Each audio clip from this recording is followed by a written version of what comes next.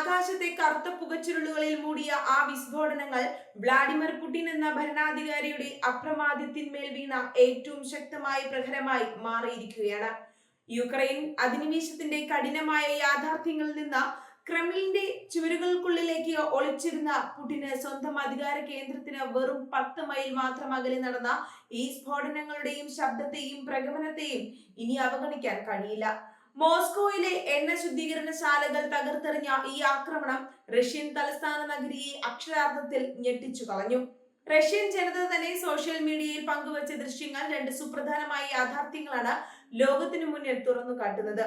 ഒന്നാമതായി, മോസ്കോ നഗരത്തിന് ചുറ്റും റഷ്യ തീർത്തിരുന്ന അതിശക്തമായ 3 തലങ്ങളുള്ള വ്യോമ പ്രതിരോധ സംവിധാനത്തെ പോലും തകർക്കാൻ യുക്രൈന്റെ ഡ്രോണുകൾക്ക് കഴിഞ്ഞിരിക്കുന്നു. ഒരു കാലത്ത് റഷ്യൻ ഡ്രോൺ ആക്രമണങ്ങൾക്ക് മുന്നിൽ പകച്ചുനിന്ന യുക്രൈൻ ഇന്ന് അതേ നാണയത്തിൽ റഷ്യയുടെ ഹൃദയഭാഗത്തേക്ക് തിരിച്ചടിക്കാൻ പ്രാപ്തരായിരിക്കുന്നു എന്നതിന്റെ തെളിവാണിത്.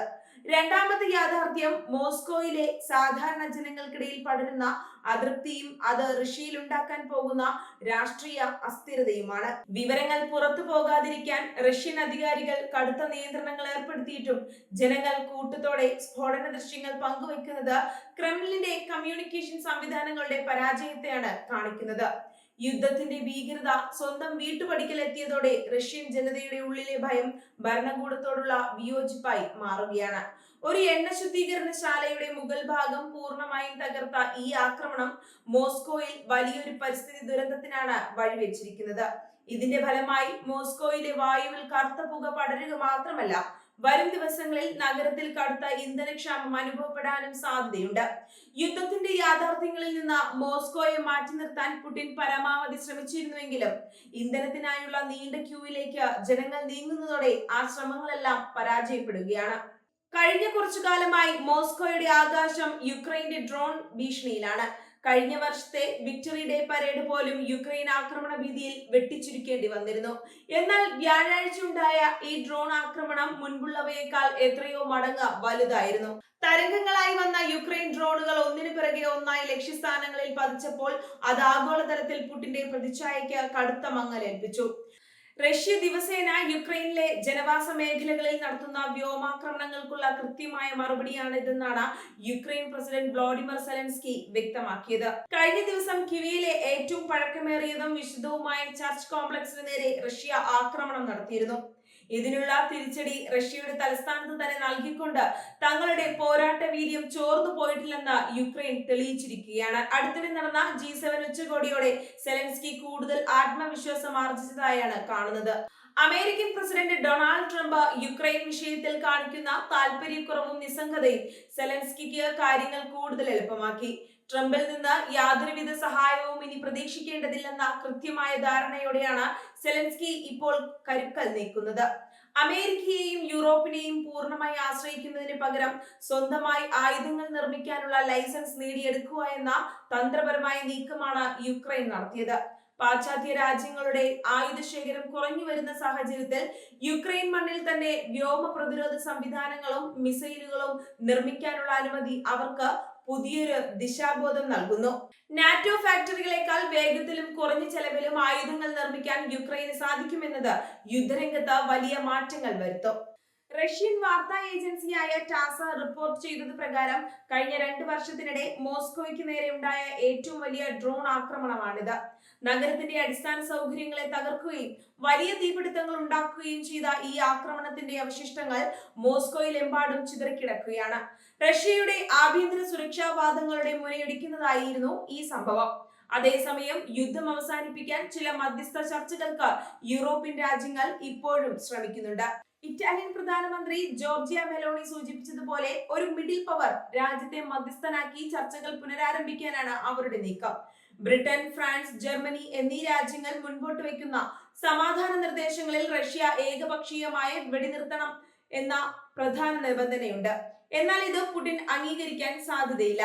യുദ്ധകളത്തിലെ കടുത്ത പ്രതിസന്ധികളും സ്വന്തം ആകാശം സംരക്ഷിക്കുന്നതിലെ പരാജയവും കണക്കിലെടുത്ത് പുടിൻ ഒരു പിന്മാറ്റത്തിന് വഴി തേടുമെന്ന് ചില നയതന്ത്രജ്ഞർ കരുതുന്നുണ്ട്. ഡോൺബാസ് പ്രവിശ്യ പൂർണ്ണമായി പിടിച്ചടക്കുന്നതും സമാധാന ചർച്ചകളും ഒരുമിച്ച് കൊണ്ടുപോകാമെന്ന രീതിയിലുള്ള ചില അവ്യക്തമായ പ്രസ്താവനകൾ പുടിൻ നടത്തിയിരുന്നു. മുൻ ജർമ്മൻ ചാൻസലർ ഗെർഹാർഡ് ഷോർഡറെ മധ്യസ്ഥനാക്കാൻ താല്പര്യമുണ്ടെന്ന സൂചനയും അദ്ദേഹം നൽകിയിരുന്നു. എന്നാൽ സാമ്പത്തികമായി യുക്രൈൻ ആക്രമണങ്ങൾ റഷ്യയെ ബാധിക്കുന്നുണ്ടെന്ന് കഴിഞ്ഞ ആഴ്ച പുടിൻ സമ്മതിച്ചപ്പോഴും കൂടുതൽ ശക്തമായ തിരിച്ചടി നൽകുമെന്ന ഭീഷണിയാണ് അദ്ദേഹം മുഴക്കിയത്. മോസ്കോ നഗരത്തിൽ കറുത്ത പുക കലർന്ന മഴ പെയ്തിറങ്ങുമ്പോൾ ഈ യുദ്ധത്തിന്റെ ഭാവി എന്താകണമെന്ന് തീരുമാനിക്കേണ്ടത് അതിന്റെ സൃഷ്ടാവായ പുടിൻ തന്നെയാണ്. 1,00,000-ത്തോളം റഷ്യൻ സൈനികരുടെ ജീവൻ നഷ്ടപ്പെട്ട ഈ യുദ്ധത്തിൽ നിന്ന് പുടിൻ പെട്ടെന്ന് പിന്മാറുമെന്ന് കരുതാൻ കഴിയില്ല. റഷ്യയുടെ ആകെ വലിപ്പത്തിന്റെ വെറും 0.7% മാത്രം വരുന്ന യുക്രൈൻ ഭൂരിഭാഗം പിടിച്ചെടുക്കാൻ വേണ്ടിയാണ് പുടിൻ ഇത്രയും വലിയ വില നൽകുന്നത്. കഴിഞ്ഞ 4 വർഷമായി പുടിൻ എടുത്ത തീരുമാനങ്ങളെല്ലാം പിഴയ്ക്കുന്ന കാഴ്ചയാണ് ലോകം കണ്ടത്. ഏതാനും ആഴ്ചകൾ കൊണ്ട് കീവ് പിടിച്ചെടുക്കാമെന്ന അദ്ദേഹത്തിന്റെ കണക്കുകൂട്ടൽ തുടക്കത്തിൽ തന്നെ തെറ്റിപ്പോയിരുന്നു.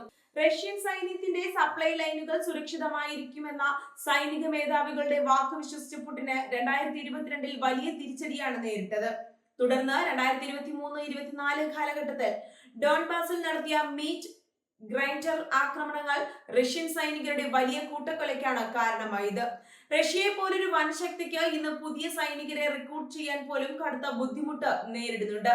അമേരിക്കയിൽ ഡൊണാൾഡ് ട്രംപ് അധികാരത്തിൽ വന്നാൽ യുക്രൈനെ കൊണ്ട് അനുകൂലമായ വിട്ടുവീഴ്ചകൾ ചെയ്യിപ്പിക്കാമെന്ന പുടിന്റെ പ്രതീക്ഷയും പാഴ്വാക്കായി മാറി. പതിറ്റാണ്ടുകളായി താൻ കെട്ടിപ്പടുത്ത ശാന്തനും തന്ത്രശാലിയുമായ ഒരു ഭരണാധികാരി എന്ന പ്രതിച്ഛായ നിലനിർത്താൻ പുടിൻ ഇപ്പോൾ കഠിനമായി ശ്രമിക്കുകയാണ്. എന്നാൽ തന്റെ കോട്ടയ്ക്ക് പുറത്ത് നടക്കുന്ന ഈ ദുരന്തങ്ങൾ അദ്ദേഹത്തിന്റെ തീരുമാനങ്ങളെ സ്വാധീനിക്കാതിരിക്കില്ല. താൻ ദുർബലനാണെന്ന് കാണിക്കാൻ പുടിൻ ഒരിക്കലും ആഗ്രഹിക്കുന്നില്ല. കാരണം ഈ യുദ്ധം അദ്ദേഹത്തിന്റെ വ്യക്തിപരമായ നിലനിൽപ്പിന്റെയും ചരിത്രത്തിലെ സ്ഥാനത്തിന്റെയും പ്രശ്നമാണ്. യുദ്ധമുഖത്തെ തിരിച്ചടികൾ വ്യക്തമാണെങ്കിലും റഷ്യ ഉടൻ തന്നെ യുക്രൈന്റെ ഡ്രോൺ സാങ്കേതിക വിദ്യയ്ക്ക് ഒപ്പം എത്തുമെന്നും കൂടുതൽ പ്രദേശങ്ങൾ പിടിച്ചെടുക്കുമെന്നും അദ്ദേഹം സ്വയം വിശ്വസിക്കുന്നുണ്ടാകാം.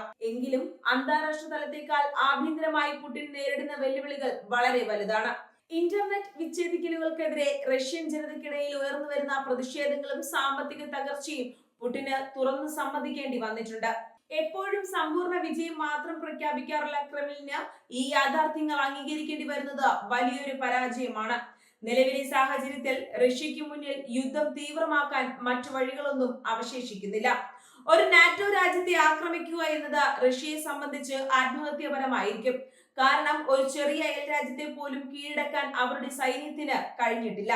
തന്ത്രപരമായ ആണവായുധങ്ങൾ ഉപയോഗിച്ചാൽ അത് അമേരിക്കയുടെയും യൂറോപ്പിന്റെയും ഒപ്പം തങ്ങളുടെ സുഹൃത്തായ ചൈനയുടെയും കടുത്ത എതിർപ്പിന് കാരണമാകും. നിലവിൽ തങ്ങളുടെ കൈവശമുള്ള എല്ലാ മാരകായുധങ്ങളും റഷ്യ യുക്രൈനുമേൽ പ്രയോഗിച്ചു കഴിഞ്ഞിട്ടുണ്ട്.